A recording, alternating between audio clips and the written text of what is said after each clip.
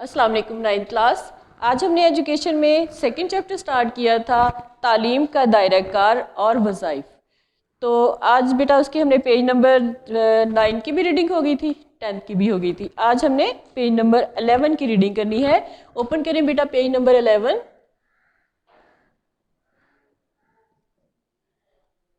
Open page number 11।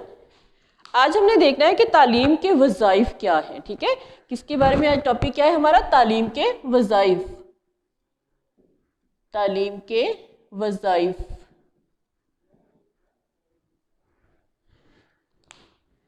यानी कि functions of education. क्या क्या फंक्शन है एजुकेशन के, यह आज हम देखते हैं। तालीम के 3 अहम जो वज़ाइफ हैं, तालीम 3 अहम वज़ाइफ सर अंजाम देती है। ठीक है, यानी कि तालीम के 3 अहम वज़ाइफ हैं। माहिर तालीम की नज़र में ये वज़ाइफ जो है फ़र्द की तकमील और माशरे की सेहतमंद तश्कील के लिए बहुत ज़रूरी समझे जाते हैं। अब इसको जो है तालीम के वज़ाइफ को हम देखते हैं कि कौन कौन से 3 वज़ाइफ हैं। नंबर 1 पे आ जाता है सकाफ़ती विरसे। सकाफ़ती विरसे का तहफ़्फ़ुज़ और मुंतकली।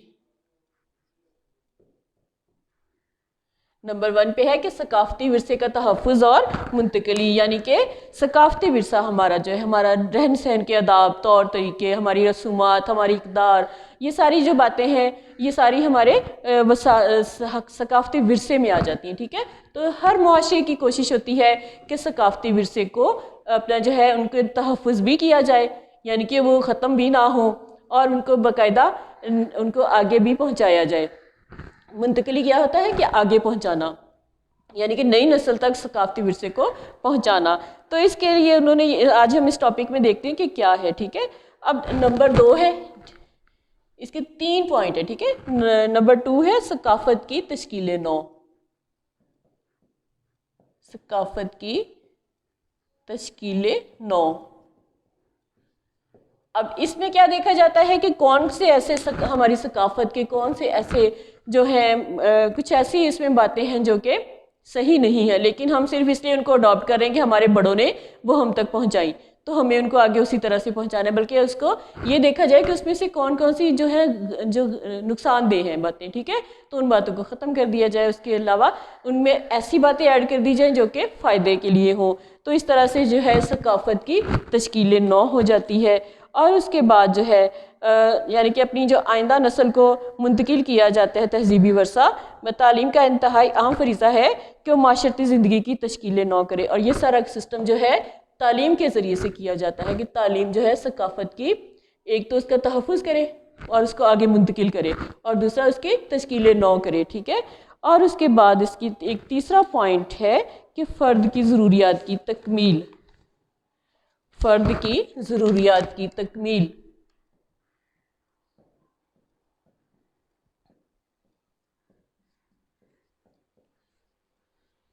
ठीक है, ये तीसरा पॉइंट है कि फ़र्द की ज़रूरियात की तकमील। अब इसमें क्या होता है कि बच्चे के जो अव्वलीन असातिज़ा होते हैं उसके वालिदैन होते हैं, जो बच्चे की तरबियत और किरदार की तामीर में बहुत अहमियत रखते हैं। तो जब बच्चा ज़रा बड़ा हो जाता है तो वो स्कूल जाना शुरू कर देता है, और माशरे की सकाफ़त के तहफ़्फ़ुज़ और तश्कील नौ के लिए असातिज़ा के हाथों उसकी रस्मी तालीम का आगाज़ होता है। रस्मी तालीम यानी कि बाकायदा तालीमी इदारों में तालीम हासिल करने का आगाज़ हो जाता है, और वह बड़ों की दुनिया में दाखिल होने और बलूगत की उम्र तक पहुँचने तक बच्चा जो है बहुत से मराहिल से उसको गुजरना पड़ता है। ठीक है, तो उसकी मुख्तलिफ अब आगे ज़रूरियात भी आती जाएंगी। यानी कि तालिब इल्म की सबसे अहम ज़रूरत क्या होती है कि उसकी जिस्मानी और जहनी नशो नुमा हो, और उसके साथ उसे खेल कूद और दूसरे मशागिल में हिस्सा लेने का मौका मिले। और इसके अलावा जो है उसे ये उसका कोशिश होती है कि उसको एक अपना मुकाम हो माशरे में, उसकी अपनी इज़्ज़त हो, उसको पहचाना जाए, उसको एक उसकी अलग पहचान हो। तो यानी कि ये फिर आगे उसकी ज़रूरियात की तकमील आ जाती है। आज हम देखते हैं सकाफ़ती विरसा। फर्स्ट पॉइंट इसका है सकाफ़ती विरसे का तहफ़्फ़ुज़ और मुंतकली, यानी कि सकाफ़ती विरसे को किस तरह से तहफ़्फ़ुज़ देना है और उसको किस तरह से आगे मुंतकिल करना है। तो इसके लिए बेटा ओपन करें पेज नंबर 11। इसमें देखें हमारा नज़रिया हयात, रहन सहन के तरीके, हमारा अदब, हमारी रिवायात, फ़न तामीर, और सोच के अंदाज, हमारा लिबास, उठना बैठना, मेल जोल के आदाब और तरीके जो है मिलकर हमारी सकाफ़त और तहजीबी विरसा कहलाते हैं। अब यहाँ पे जो है हमारा सकाफ़ती विरसा क्या है, अब हम इसको देखते हैं कि हमारा सकाफ़ती विरसा क्या है। अब इसमें क्या आ जाएगा कि हमारा नज़रिया हयात आएगा इसमें, ठीक है, ज़िंदगी गुजारने का नज़रिया हमारा आ जाएगा। और उसके बाद हमारा अदब आ जाएगा, हमारी जो रिवायात हैं, रस्म व रिवाज है, वो आ जाएंगी इसमें। और सोच के अंदाज, यानी कि एक मुसलमान माशरे के जो है उसका नज़रिया हयात भी अलग होगा, उसके मज़हब के मुताबिक होगा। हमारा अदब भी अलग होगा और हमारी रिवायात, हमारी रस्म रिवाज दूसरे मज़ाहिब से अलग होंगी, दूसरे माशरे से अलग होंगी। सोच के अंदाज जो है ये भी दूसरों से डिफरेंट होंगे। और इसके साथ क्या है कि हमारा लिबास, ठीक है, हमारा लिबास जो है ये भी दूसरे माशरों से अलग होगा। हमारा अपना एक पहचान है, हमारा अपना एक लिबास है, ठीक है। और उसके बाद है उठना बैठना, यानी कि मिलने जुलने के आदाब, उठना बैठना।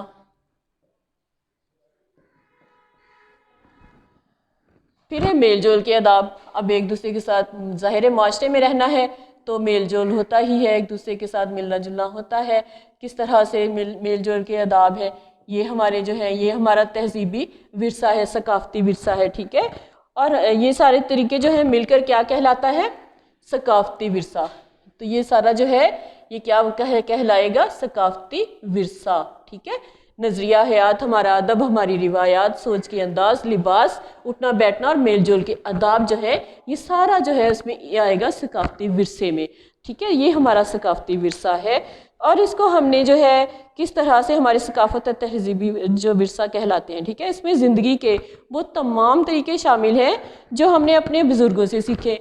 अब इनमें जो है वो तमाम बातें शामिल हैं जो कि हमने अपने बुज़ुर्गों से सीखे, हमारे बुज़ुर्गों ने अपने बुज़ुर्गों से सीखे और उन्होंने आगे अपने बुज़ुर्गों से सीखे। इस तरह होते होते जो है हम तक ये सारी जो है नज़र सकाफ़ती विरसा हम तक मुंतकिल हुआ, ठीक है।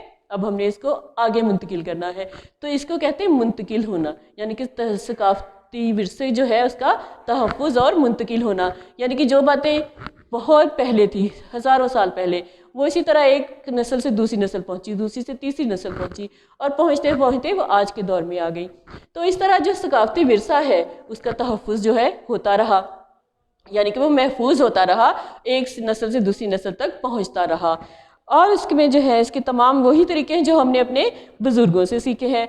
अब दुनिया के तमाम मज़हब जो है माशरे अपने आबा अजदाद के विरसा को बहुत अजीज़ रखते हैं, यानी कि ये विरसा जो है, ठीक है, ये हर मज़हब का अलग अलग होता है। और दुनिया के जितने भी मज़हब है, जितने भी माशरे हैं, उनमें जो है अपने जो है उनके आबा अजदाद के जो विरसा है उसको बहुत ज़्यादा अजीज़ रखा जाता है, उनकी बहुत ज़्यादा हिफाजत की जाती है कि इसमें कोई तब्दीली ना आ जाए या कहीं ख़त्म ना हो जाए, इसको आगे पहुँचाते रहना चाहिए। बाज़ औक़ात वो अपने बुज़ुर्गों की गलत और नामाकूल रिवायात को भी अपनाए रखना बाइसे इज़्ज़त ख्याल करते हैं। अब जो है कुछ बातें ऐसी भी हैं जो कि सही नहीं है, ठीक है, वो भी जो है वो इसलिए उनको भी अजीज़ रखा जाता है कि हमारे बुज़ुर्गों ने हम तक पहुंचाई हैं, तो इसलिए हमने उनको उसी तरह फॉलो करना है। हालांकि कुछ बातें ऐसी भी होती हैं जो कि गलत होती हैं और नामाकूल होती हैं, तो ऐसी रिवायात जो हैं उनको भी अपनाए रखना बाइसे इज़्ज़त ख्याल किया जाता है। अलबत्ता बुज़ुर्गों की अच्छी और मुफीद रिवायात को बरकरार रखना चाहिए, बल्कि क्या करना चाहिए, सकाफ़ती विरसे में जो अच्छी आदात हैं, ठीक है, जो अच्छा नज़रिया हयात है, अच्छा अदब है, अच्छी रिवायात है, सोच के अंदाज जो अच्छे हैं, लिबास जो अच्छा है, ठीक है, और मेल जोल के आदाब, उठना बैठना, ये सब जो है अच्छी, इनमें जो अच्छाइयाँ हैं सिर्फ उनको अडॉप्ट करना चाहिए, उनको बरकरार रखना चाहिए। ये चीज़ माशरे की ज़िंदगी में इस्तेहकाम पैदा करती है। अब ये जो अच्छी चीज़ें, ये अच्छी चीज़ें जो होंगी, सकाफ़ती विरसा अच्छा होगा तो वो माशरे के इस्तेहकाम का सबब बनेंगे, यानी कि माशरे में मजबूती आएगी, उसमें इस्तेहकाम आएगा माशरे में, और तहजीबी विरसे का तसलसल कायम रहता है। और इस तरह क्या होगा कि जो तहजीबी विरसा है, सकाफ़ती जो विरसा है, वो आगे मुंतकिल जो हो रहा है उसका तसलसल जो है, एक सिलसिला जो है वो कायम रहेगा। तालीम की सबसे बड़ी ज़िम्मेदारी है कि वो तहजीब व सकाफ़त की हिफाजत करे। अब तालीम की क्या सबसे बड़ी ज़िम्मेदारी है कि वो सकाफ़ती विरसे यानी कि तहज़ीब व सकाफ़त जो है, ये सारी तहज़ीब व सकाफ़त है, ठीक है, तो इसकी हिफाजत करे और उसे आइंदा नस्लों को मुंतकिल कर दे, यानी कि उसकी हिफाजत भी करे। ये किसकी ज़िम्मेदारी है? तालीम की, ठीक है। सकाफ़ती विरसे का तहफ़्फ़ुज़ और मुंतकिली जो है ये किसकी ज़िम्मेदारी है? तालीम की। अब तालीम की ये ज़िम्मेदारी है कि वह सकाफ़ती विरसे का तहफ़्फ़ुज़ भी करे, उसको आगे मुंतकिल भी करे। इंसानी ज़िंदगी के इब्तदाई अदवार में इंसान अपनी नई नस्ल की तालीम और तरबियत का ख्याल रखता था। अब जो इंसानी ज़िंदगी के शुरू के दौर थे, ठीक है, उनमें क्या होता था कि इंसान जो है अपनी नई नस्ल की तालीम और तरबियत का बहुत ज़्यादा ख्याल रखता था। जो वालिदैन करते थे वही कुछ बच्चा सीख जाता। अब जो काम वालिदैन करते थे उनके बच्चे उनको देख देख कर वही काम सीखते थे, यानी कि गैर रस्मी तालीम का आगाज़ था और ये तरीका गैर रस्मी था। अब ये जो वालिदैन से जो बच्चे का सीखते थे, ठीक है, जो कुछ सीखते थे वो तो कौन सी तालीम थी? गैर रस्मी तालीम। लड़के अमूमन वो काम सीख लेते थे जिनके ज़रिए उनकी खुराक, रिहाइश और लिबास का इंतज़ाम हो जाता। अब ज़िंदगी गुजारने के लिए हमें किन किन चीज़ों की ज़रूरत होती है? खुराक की, ठीक है, खुराक की फराहमी की ज़रूरत होती है, फिर उसके बाद रहने के लिए घर की ज़रूरत होती है और जो है अपने जिस्म को ढांपने के लिए अच्छे लिबास की ज़रूरत होती है। तो इन ज़रूरियात का इंतज़ाम जो था वो लड़के सीख लेते थे। अमूमन वो काम ऐसे काम लड़के सीख लेते थे कि जिनके ज़रिए वो अपनी ये वाली ख्वाहिशात, ये वाली ज़रूरियात पूरी कर सकते थे। यानी कौन कौन सी? कि अपनी खुराक की ज़रूरत को पूरी कर सकते थे, अपनी रिहाइश की ज़रूरत को पूरी कर सकते थे और अपने लिबास का इंतज़ाम कर सकते थे। और लड़कियां जो थी वो भी तालीम, ज़ाहिर है अब लड़के सीखते थे तो लड़कियां भी सीखती थी। अब लड़कियां किस तरह से सीखती थी कि लड़कियां अमूमन अमूर खानादारी यानी कि घर के कामकाज और औलाद की परवरिश के तरीके सीख जाती थी। अब बड़ लड़कियों ने देखा कि हमारे बड़ों ने किस तरह से बच्चों की परवरिश की है और किस तरह से घर को चलाया है हमारी माओं ने, तो इसी तरह से लड़कियां जो थी ये सीख जाती थी कि किस तरह से घर को चलाना है और किस तरह से औलाद की परवरिश करनी है। तो ये सिलसिला जो था सदियों तक चलता रहा, यानी कि ये सिलसिला गैर रस्मी तालीम का सिलसिला सदियों तक चलता रहा और बच्चों की तरबियत की जिम्मेदारी अमूमन वालिदैन और बुजुर्गों पर आयद होती थी। बच्चों की तरबियत की ज़्यादातर जिम्मेदारी किस पर आयद होती थी? वालिदैन पर और बुजुर्गों पर। और बाद में कबीले के रहनुमाओं और सरदारों ने बच्चों की रहनुमाई का सिलसिला जारी रखा। फिर उसके बाद क्या हुआ कि बच्चों की तरबियत का जो सिलसिला था वो रहनुमाई का सिलसिला किसने जारी रखा? कबीले के जो रहनुमा थे और सरदार जो थे उन्होंने, ठीक है। आज के दौर में सकाफत की तहफ़्फ़ुज़ और मुंतकिली की ज़िम्मेदारी ख़ानदान के अलावा अब कौन कौन से जो है वो अदा कर रहे हैं ये ज़िम्मेदारी? स्कूल कॉलेज और दूसरे तालीमी इदारे। अब ये काम जो है कौन अंजाम दे रहा है? स्कूल, कॉलेज और दूसरे तालीमी इदारे। अब ये काम जो है सकाफत के विरसे का तहफ़्फ़ुज़ और मुंतकिली, ये पहले तो घर से बच्चे सीखते थे, ठीक है, बच्चे और बच्चियां घर से सीखते थे, लेकिन अब ये काम जो है स्कूल, कॉलेज और दूसरे तालीमी इदारे सरअंजाम दे रहे हैं। और इस तरह तहज़ीब व सकाफ़त एक नस्ल से दूसरी नस्ल को मुंतकिल हो रही है। अब किसके ज़रिए से हो रही है? तालीम के ज़रिए से। पहले किससे होती थी? अपने घर से, अपने बड़ों को देखकर, ठीक है। और क़यामत तक ये तालीम का सिलसिला जारी रहेगा, यानी कि तहज़ीब व सकाफ़त की मुंतकिली और तहफ़्फ़ुज़ का सिलसिला जो है तालीम के ज़रिए जो हो रहा है वो क़यामत तक जारी रहेगा। तहज़ीब व सकाफ़त के तहफ़्फ़ुज़ और मुंतकिली के लिए तालीम के मकासद, निसाब और तदरीसी तरीक़ों का तयन किया जाता है ताकि तलबा में वो ख़यालात और एतक़ाद मुंतकिल हों जो कौम चाहती है और उनके जहनों में वो इक़दार वाज़िया कर दी जाएँ कि जिनको मुआशरा अपना सकाफ़ती विरसा ख्याल करता है। और अगर ऐसा ना किया जाए तो सकाफ़त क्या होगी? ज़वाल पज़ीर हो जाएगी, यानी कि सकाफ़त जो है वो ख़त्म हो जाएगी आहिस्ता आहिस्ता और ऐसे मुआशरे का तशख़्ख़ुस और उसकी पहचान भी ख़त्म हो जाएगी। अब जब सकाफ़त ख़त्म होगी तो मुआशरे की पहचान और उसकी जो है तशख़्ख़ुस वो भी ख़त्म हो जाएगा। आज के दौर में हर कौम का सकाफ़ती विरसा इस कदर वसी हो चुका है कि रस्मी तालीम के बगैर इसका तहफ़्फ़ुज़ मुमकिन नहीं। रस्मी तालीम यानी कि स्कूल, कॉलेज और दूसरे तालीमी इदारों में जो तालीम दी जाती है आज के माशरे में क्या है कि इसका जो सकाफ़ती विरसा इस कदर वसी हो चुका है कि रस्मी तालीम के बगैर, इनके बगैर जो है सकाफ़त का जो तहफ़्फ़ुज़ है वो नामुमकिन हो गया है। इसलिए हर मुल्क ज़र कसीर खर्च करके बेहतर से बेहतर तालीमी इदारे कायम कर रहा है। अब हर मुल्क क्या कर रहा है, सकाफ़त के विरसे के तहफ़्फ़ुज़ के लिए, मुंतकली के लिए तालीमी इदारे खोले हैं, और इसके लिए वो क्या कर रहा है, हर मुल्क बहुत ज़्यादा इसके जो है उसके ऊपर दौलत खर्च कर रहा है, बहुत ज़्यादा सरमाया लगा रहा है। और इससे क्या होता है कि बेहतर से बेहतर तालीमी इदारे जो हैं वो वजूद में आ रहे हैं। अगर सकाफ़ती विरसे की मुंतकली के लिए इस तरह के तालीमी इदारे कायम ना किए जाएँ तो ये काम नामुमकिन हो जाता है, तमाम तरक्की रुक जाती है, और इसके नतीजे में इंसान फिर अपनी तमद्दनी तारीख़ के इब्तदाई दौर में यानी कि पुराने दौर में चला जाएगा। अगर ये काम सारा तालीम के ज़रिए ये काम ना हो, ये सिलसिला रुक जाए, तो इंसान फिर वही पुराने ज़माने में पहुँच जाएगा। ठीक है, तो ये आज हमारा टॉपिक था सकाफ़ती विरसे का तहफ़्फ़ुज़ और मुंतकली। ठीक है, अब इसके मैं थोड़े से आपको शॉर्ट क्वेश्चंस MCQs के तौर पे बता देती हूँ, आप उनको नोट कर लीजिएगा।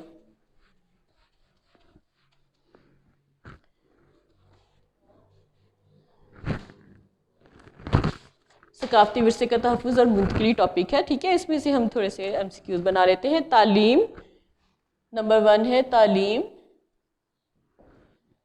अहम वज़ाइफ सर अंजाम देती है।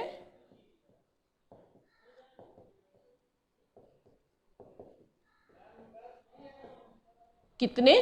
3। ठीक है, 3 वज़ाइफ जो है वो सर अंजाम देती है तालीम। अब इसके बाद सेकंड है दुनिया के तमाम महज़्ज़ब माशरे, तमाम महज़्ज़ब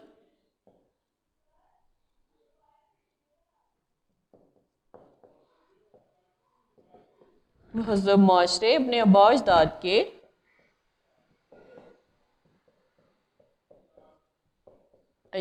के डैश को अजीज रखते हैं। किसको? विरसे को। ठीक है, आबा अजदाद के विरसे को अजीज रखते हैं। उसके बाद नंबर 3, बुजुर्गों की अच्छी और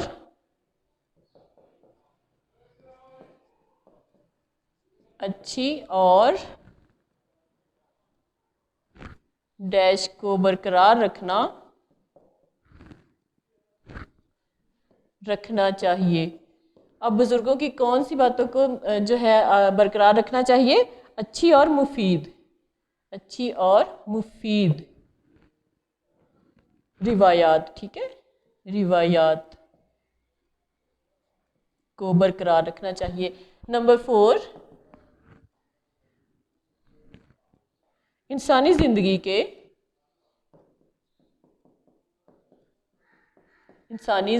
के डैश में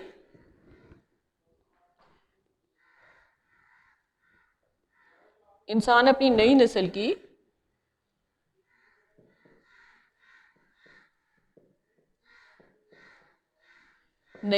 की तरबियत का ख्याल रखता था। किस दौर की बात हो रही है? इब्तदाई दौर, यानी कि शुरू के दौर में, जब अभी दुनिया ने तरक्की नहीं की थी। ठीक है, उस दौर की बात हो रही है। अब यहाँ पे नंबर 5 देखते हैं कि क्या है। बच्चों की तरबियत की जिम्मेदारी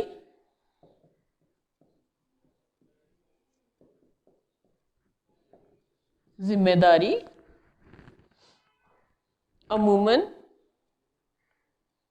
यानी कि आमतौर पर, ठीक है, कौन करता है? और बुजुर्गों पर आयद होती थी। किन पर आयद होती थी? बुजुर्गों और वालदैन। ठीक है, वालदैन और बुजुर्गों पर आयद होती थी। नंबर 6,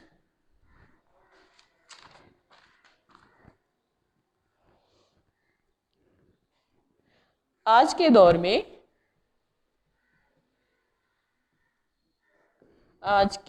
में हर कौम का सकाफती विरसा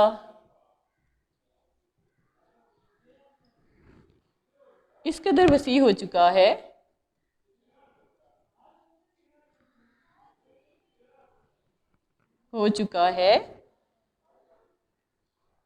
कि डैश के बगैर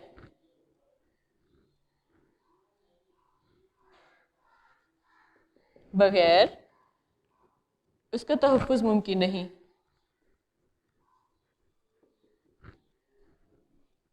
मुमकिन नहीं किसके बगैर? रस्मी तालीम, यानी कि रस्मी तालीम के बगैर इसका तहफ़्फ़ुज़ मुमकिन नहीं। ठीक है, तो ये बेटा MCQs हैं, इसको आप शॉर्ट क्वेश्चन की फॉर्म में भी कर सकते हैं और लॉन्ग क्वेश्चन पे भी और MCQs के तौर पे भी, यानी कि तीनों के तौर पे आप इसको कर सकते हैं अच्छे तरीके से अगर आप याद करेंगे। ठीक है, आज का हमारा टॉपिक कंप्लीट हो गया है।